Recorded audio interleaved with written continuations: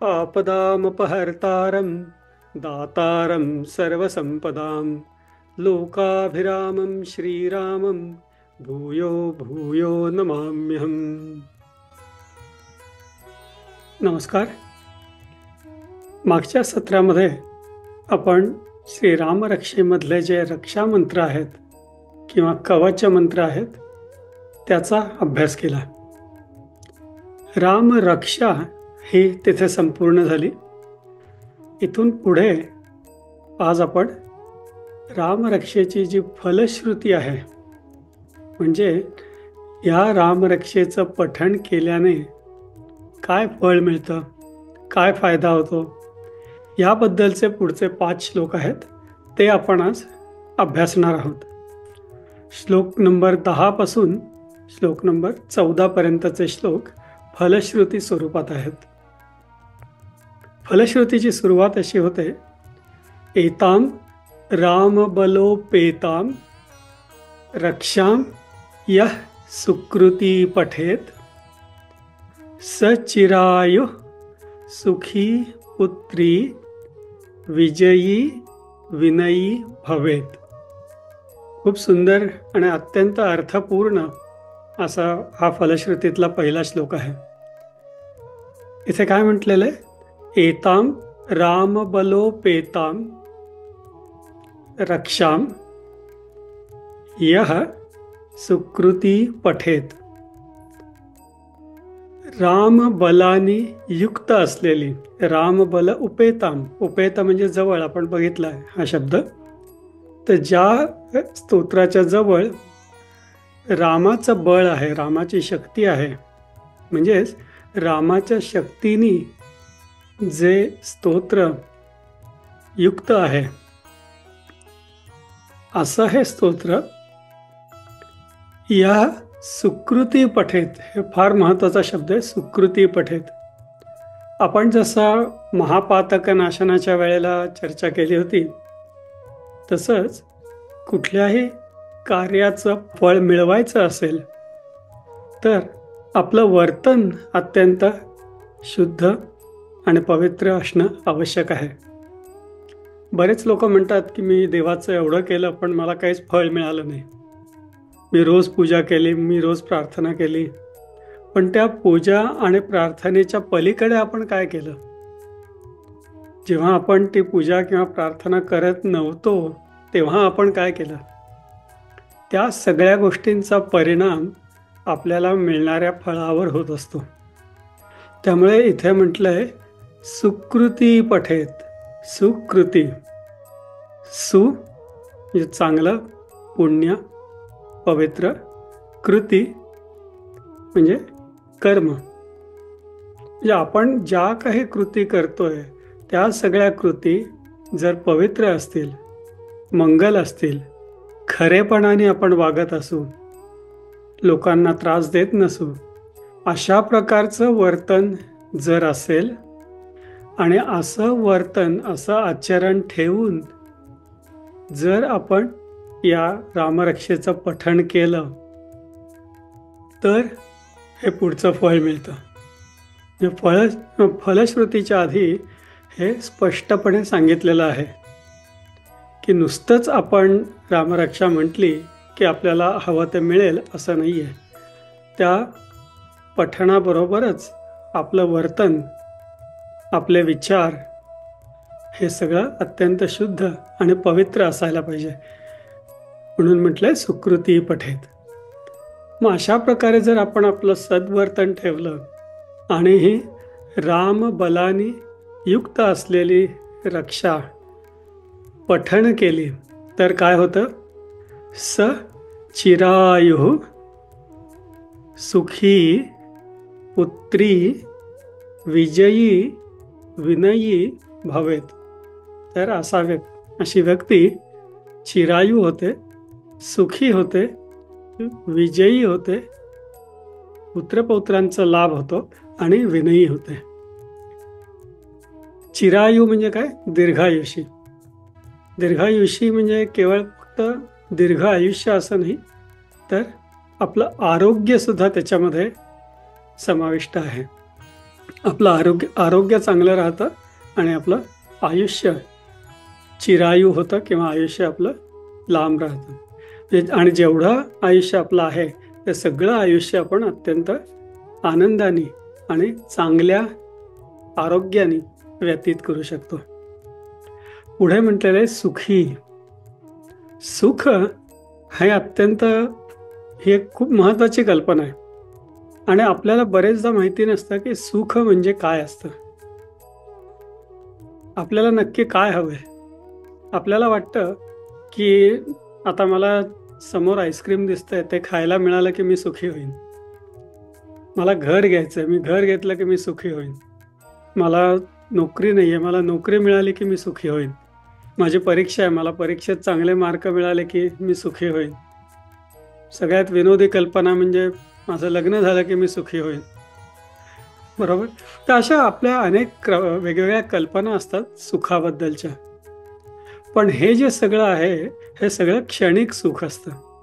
तेवढ्या वेळेपुरतं, तेवढ्या कृतीपुरतं सुख असतं. त्यामुळे तो तेवढ्यापुरतं खरं तर सुख नसतं, ते आनंद असतो, क्षणिक आनंद असतो. सुख हे चिरंतर असतं किंवा जास्त वेळ किंवा खूप वेळ टिकणारं असतं. असं जर सुख आपल्याला मिळवायचं असेल तर ते आपल्याला आराधनेतूनच मिळू शकतं. रामरक्षेच्या पठणाने असं सुख, चिरकाल सुख आपल्याला मिळू शकतं. पुढे म्हटलेलं आहे पुत्री. पुत्री म्हणजे केवळ पुत्रपौत्र असं नाही, तर सामाजिक आणि कौटुंबिक सुख. हे सगळ्या प्रकारचे सामाजिक आणि कौटुंबिक सुख आपल्याला प्राप्त होतात. आपल्या वंशामध्ये वृद्धी होते. अत्यंत चांगले गुणी पुत्र किंवा पुत्री आपल्याला प्राप्त होतात. विजयी म्हणजे सगळ्या कार्यांमध्ये आपल्याला विजय मिळतो, सगळे कार्य यशस्वी होतात. आणि शेवटचा जो शब्द आहे तो अत्यंत महत्त्वाचा आहे, विनयी. म्हणजे आपण सुखी झालोय, पुत्रपौत्र संपन्न झालेलो आहे, विजयी झालेलो आहे आणि विजयातून आपल्याला हवं ते धन प्राप्त झालेलं आहे किंवा आपल्या नोकरीमध्ये आपल्याला प्रमोशन हवं होतं ते मिळालेलं आहे किंवा एखादी कुठलीही ऐहिक गोष्ट आपल्याला हवी होती ती मिळालेली आहे. असं मिळाल्यानंतर काय होतं, सर्वसाधारणपणे मनुष्य अहंकाराने फुगतो, गर्व होतो. बघा, मी विजयी झालो, मला या स्पर्धेत यश मिळालं, या स्पर्धेत मी पहिला आलो, मला हे चांगले मार्क मिळाले, माझं प्रमोशन झालं, वगैरे वगैरे वगैरे. अशा या विजयाने आपण गर्वाने फुलून जातो. आणि जेव्हा आपण अशा गर्वाने फुलून जातो तेव्हा आपलं अधःपतन सुरू होतं.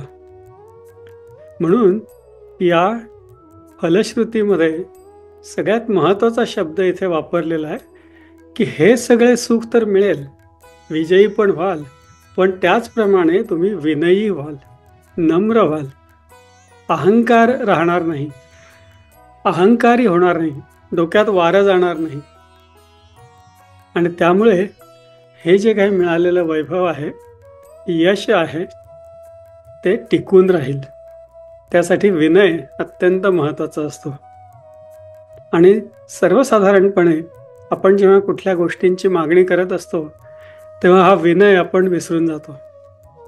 आपण फक्त जे काय हवं असेल, ज्याला आपण मटेरियल पोझेशन्स म्हणतो, त्याच्यावरच आपण आपलं सगळं लक्ष केंद्रित करतो. पण हा विनय अत्यंत महत्त्वाचा आहे आणि तो सुद्धा आपल्याला प्राप्त होतो रामरक्षेच्या पठणाने. त्याच्या पुढे काय म्हटलंय, पाताल भूतलव्योम चारिणश्छद्मचारिण न द्रष्टुमपि शक्तास्ते रक्षितं राम नामभिः. पाताल भूतल व्योम चारेण. पाताळ म्हणजे पाताळलोक, भूतल म्हणजे भूलोक किंवा पृथ्वी आणि व्योम म्हणजे आकाश. चारिण म्हणजे इथे संचार करणारे. म्हणजे पाताळात पृथ्वीवर किंवा आकाशात संचार करणारे, किंवा छद्मचारिणः. छद्मचारिण म्हणजे छद्मी, फसवे, अशा प्रकारचे जे लोक असतात. आता इथे सर्वसाधारणपणे छद्मी किंवा छद्मचारिण म्हणजे राक्षस किंवा वाईट प्रवृत्तीचे लोक असं म्हटलं जातं. पण हे राक्षस किंवा वाईट प्रवृत्तीचे लोक सुद्धा हे भूतलावर किंवा आपल्याला दिसणारे लोकच असतात. छद्मचारिणाचा असाही एक अर्थ आहे की जे सूक्ष्म जीव आहेत, विषाणू आहेत, जीवाणू आहेत, व्हायरस आणि बॅक्टेरिया, या ज्यांच्यामुळे आपल्याला भिन्न प्रकारचे आजार होतात, त्यांनाही छद्मी म्हटलं जातं. कारण ते डोळ्यांना दिसत नाहीत, ते दिसत नाहीत, त्यामुळे ते एक प्रकारे आपली फसवणूक करतात. तर अशा प्रकारचे जे जीव आहेत ते म्हणजे जमिनीखाली राहणारे, जमिनीवर राहणारे, आकाशात संचार करणारे आणि डोळ्याला न दिसणारे असे सगळ्या प्रकारचे जीव. काय होतं या जीवांबद्दल? न द्रष्टुमपि शक्तास्ते रक्षितम रामनामभिः. रामनामाने ज्याचं रक्षण केलेलं आहे, म्हणजे या रामरक्षेनी ज्याचं रक्षण केलेलं आहे किंवा ज्याला रक्षण मिळालेलं आहे, न द्रष्टुमपि शक्तास्ते, त्याला हे सगळे जीव बघू सुद्धा शकत नाहीत, त्याच्याकडे नजर वर करून बघू सुद्धा शकत नाहीत. हे जे कोणी त्रास देणारे जीव असतील ते आपल्या जवळही येत नाहीत, आपल्याकडे बघू सुद्धा शकत नाहीत, म्हणजेच आपल्याला कुठल्याही प्रकारची हानी ते पोहोचवू शकत नाहीत. असं सामर्थ्य या रामरक्षेच्या पठणाचं आहे. परंतु परत एकदा हे पठण सुकृती बरोबर असायला पाहिजे. पुढे म्हटलेले रामेति रामभद्रेति रामचंद्रेति वास्मरन् नरो न लिप्यते पापैर् भुक्तिं मुक्तिं च विन्दति. राम इति रामभद्र इति रामचंद्र इति वास्मरन्, म्हणजे प्रभू रामचंद्रांचं राम या नावाने, रामभद्र या नावाने, रामचंद्र या नावाने, कुठल्याही नावाने आपण जर स्मरण करू किंवा जो व्यक्ती स्मरण करेल अशा व्यक्तीला न लिप्यते पापैहि, कुठल्याही प्रकारचं पाप त्याला चिकटत नाही, पापाचा लेप त्याच्यावर बसत नाही. आणि पुढे खूप छान म्हटलेलं आहे की भुक्तिम मुक्तिंच विंदती, त्याला सगळे भोगही प्राप्त होतात आणि मुक्तीही प्राप्त होते. सर्वसाधारणपणे आपण जेव्हा मुक्तीबद्दल विचार करत असतो तेव्हा आपल्याला असं वाटतं की आपण वैराग्य अंगात धारण केलं पाहिजे. म्हणजे कुठल्या ज्या गोष्टी आहेत ज्याला परत एकदा ज्याला मटेरियल पोझेशन्स म्हणतो, चैन, सुखसंपदा, संपत्ती, यापासून आपण लांब गेलो तरच आपल्याला मुक्ती मिळते असं सर्वसाधारणपणे आपल्याला वाटत असतं. पण इथे स्पष्टपणे म्हटलेलं आहे की तुम्हाला भुक्ती पण मिळेल, म्हणजे या सगळ्या सुखांचा भोगसुद्धा घेता येईल, ऐहिक सुखांचा, आणि मुक्तीसुद्धा मिळेल, असं सामर्थ्य या रामरक्षेमध्ये आहे. भुक्तिम मुक्तिंच विंदती. पुढे म्हटलेलं आहे जगज्जैत्रेक मंत्रेण रामनाम्नाभिरक्षितम यः कंठे धारये तस्य करस्था सर्वसिद्धयः. जगज्जैत्रेक मंत्रेण, पूर्ण जगाला जिंकायची ताकद असलेला किंवा पूर्ण जग जिंकणाऱ्या या एका मंत्राने, कुठला एका मंत्र? राम नाम या एका मंत्राने आपलं सर्व बाजूने रक्षण होतं. अभिरक्षितम म्हणजे पूर्णपणे रक्षण होतं आपलं. आणि जो हा राममंत्र कंठात धारण करतो, यः कंठे धारये तस्य, त्याला काय मिळतं? करस्था सर्व सिद्धयः, सगळ्या सिद्धी त्याच्या हाताशी असतात, सगळ्या सिद्धी त्याला प्राप्त होतात. या सिद्धी कोणत्या आहेत आपल्याला माहिती आहे. आपल्याकडे आपण अष्टवसिद्धी किंवा 8 सिद्धी आपल्याकडे सांगितलेल्या आहेत. कोणत्या आहेत या सिद्धी? पहिली सिद्धी आहे आणिमा. आणिमा म्हणजे आपल्याला आपला आकार अत्यंत लहान करता येतो, अत्यंत सूक्ष्म आकार करता येतो, अणुसारखा सूक्ष्म आकार करता येतो. याच्याबद्दलचं एक कथानक आपल्याला माहिती असेल की जेव्हा हनुमान उड्डाण करून लंकेला गेले तेव्हा मध्ये समुद्रावरून जाताना त्यांनी या आणिमा शक्तीचा प्रयोग केला होता. त्या राक्षसाच्या मुखात ते गेले, अत्यंत सूक्ष्म रूप धारण करून गेले आणि त्या राक्षसाने त्यांना गिळंकृत करू शकण्याच्या आत पटकन ते तिथून तोंडातून बाहेर आले. तर अशी ही आणिमा सिद्धी आहे, आपल्याला आपला आकार लहान करता येतो. पुढची सिद्धी आहे ही याच्या बरोबर उलटी, त्याला म्हणतात महिमा. महिमा म्हणजे काय? तर आपला आकार, आपल्या शरीराचा आकार आपल्याला हवा तेवढा प्रचंड वाढवता येतो. हनुमंतांकडे सुद्धा या पूर्ण 8च्या 8 सिद्धी होत्या, आपल्याला माहिती आहे. पुढची सिद्धी आहे तिसरी, गरिमा. गरिमा म्हणजे आपल्याला आपलं वजन वाढवता येतं, आपल्याला हवं तेवढं आपलं वजन आपल्याला वाढवता येतं. त्या सिद्धीला गरिमा असं म्हणतात. आणि पुढची त्याच्या उलटी त्याला म्हणतात लघिमा. लघिमा म्हणजे आपल्याला आपलं वजन हवं तेवढं कमी करता येतं. हे आपण सिद्धींच्या बाबतीत म्हणतोय. आपल्याला आपलं वजन कमी करायचं आहे तो भाग वेगळा, ही लघिमा नावाची सिद्धी आहे. त्याच्या पुढची सिद्धी आहे प्राकाम्य. म्हणजे आपल्याला ज्या गोष्टींची इच्छा होईल त्या गोष्टी प्राप्त करण्याची शक्ती किंवा सिद्धी आपल्याला मिळते, त्या सिद्धीला प्राप्ती असं म्हणतात. पुढची सिद्धी आहे प्राकाम्य. प्राकाम्य म्हणजे कुठलीही इच्छा पूर्ण करता येते, कुठलीही इच्छा पूर्ण करण्याची शक्ती किंवा सिद्धी, त्याला प्राकाम्य म्हणतात. पुढची आहे ईशित्व. ईशित्व म्हणजे आपल्याला कुठल्याही गोष्टींवर प्रभुत्व मिळवता येतं, कुठल्याही गोष्टीवर किंवा कुठल्याही व्यक्तीवर प्रभुत्व मिळवता येतं. आणि शेवटची सिद्धी आहे वशित्व. म्हणजे समोरच्या व्यक्तीला वश करता येतं, आपल्याला त्या व्यक्तीला वश करता येतं. त्या अशा प्रकारच्या या 8 सिद्धी आपल्याकडे सांगितलेल्या आहेत. आणि या 8ही सिद्धी आपल्या हाताशी येतात किंवा आपल्या हातात येतात किंवा आपल्याला प्राप्त होतात या रामरक्षा मंत्राच्या पठणाने. म्हणून इथे म्हटलंय करस्था सर्व सिद्धयः. पुढे म्हटलेलं आहे वज्रपंजर नामेदम यो राम कवचम स्मरेत अव्याहताज्ञ सर्वत्र लभते जयमंगलम.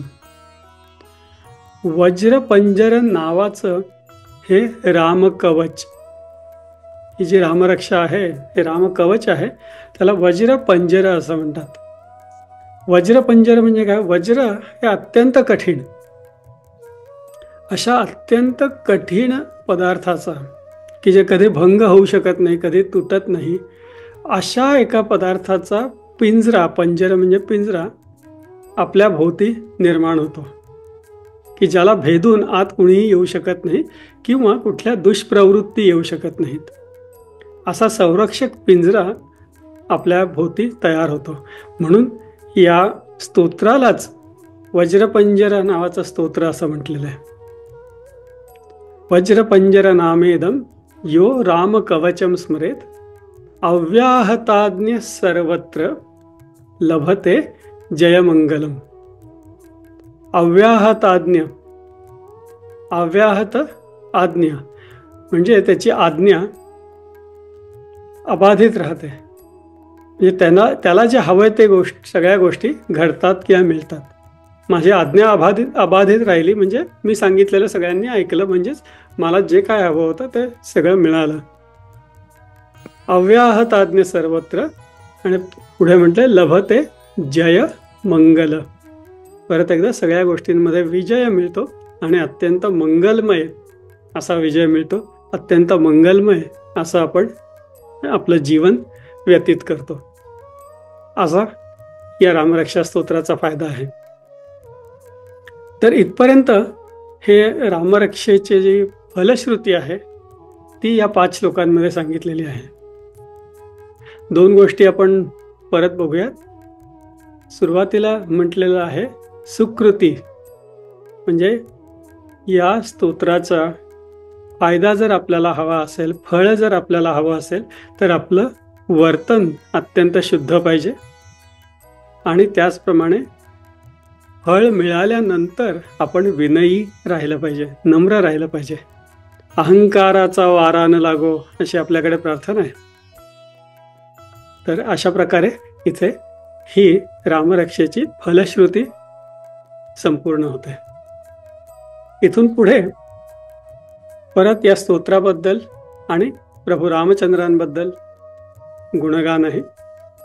त्यातले काही श्लोक आपण आज बघू आणि उरलेले पुढच्या सत्रामध्ये बघू. पुढचा श्लोक असा आहे, आदिष्टवान यथा स्वप्ने रामरक्षा मिमां हरः तथा लिखितवान प्रातः प्रबुद्धो बुधकौशिकः. प्रबुद्धो बुधकौशिक म्हणजे अत्यंत बुद्धिमान अशा बुधकौशिक ऋषींनी काय केलं, आदिष्टवान यथा स्वप्ने रामरक्षाम इमाम हरः, म्हणजे हर म्हणजे शंकर. भगवान शंकरांनी स्वप्नात येऊन जसा आदेश दिला, आदिष्टवान यथा स्वप्ने, त्या आदेशाप्रमाणे सकाळी उठल्यावर या बुधकौशिक ऋषींनी ही रामरक्षा लिहून काढली. तथा लिखितवान प्रातः. याच्यामध्ये एक अत्यंत सुंदर कथा आहे. आपण सुरुवातीला बघितलं, आणि ही मोठी कथा आहे, मी संक्षिप्त स्वरूपात सांगतो. सुरुवातीला आपण बघितलं की रामकथेचा विस्तार 100 कोटी श्लोकांइतका आहे. मग एकदा काय झालं, देव, दानव आणि मानव या तिघांनाही वाटलं की हे रामरक्षा स्तोत्र आपल्याला मिळायला पाहिजे, हे 100 कोटी श्लोक आपल्याला मिळायला पाहिजेत. त्यांच्यात भांडण सुरू झालं. भांडण सोडवायला जाणार कुणाकडे, ते गेले भगवान शंकरांकडे. म्हणाले हे रामरक्षा स्तोत्र, म्हणाले हे रामचरित्र आम्हाला हवंय, आम्हाला तुम्ही याची वाटणी करून द्या. आता 100 कोटी श्लोक होते, तिघांमध्ये समान वाटणी कशी होणार? मग सगळ्यांना 33,33,33,33,333 असे श्लोक दिले. आणि ते श्लोक दिल्यानंतर शेवटी परत एक श्लोक उरला. हा एक श्लोक उरला तो पण होता अनुष्टुप छंदामध्ये, म्हणजे त्याच्यामध्ये पण होती परत 32 अक्षरं. ही 32 अक्षरं परत 30 लोकांमध्ये, 3 लोकांमध्ये वाटून दिली. 10-10 अक्षरं प्रत्येकाला दिली. आणि शेवटची 2 अक्षरं राहिली. भगवान शंकर म्हणाले ही 2 अक्षरं मी माझ्याकडेच ठेवतो. सगळ्यांनी मान्य केलं, सगळे खुश झाले आणि तिथनं निघून गेले. परंतु बुधकौशिक ऋषींना असं कळलं की ही 2 अक्षरं जर भगवान शंकरांनी आपल्याकडे ठेवली आहेत तर ती अक्षरच सगळ्यात महान असणार आहेत, तीच अक्षरं सर्वात जास्त बलशाली असणार आहेत.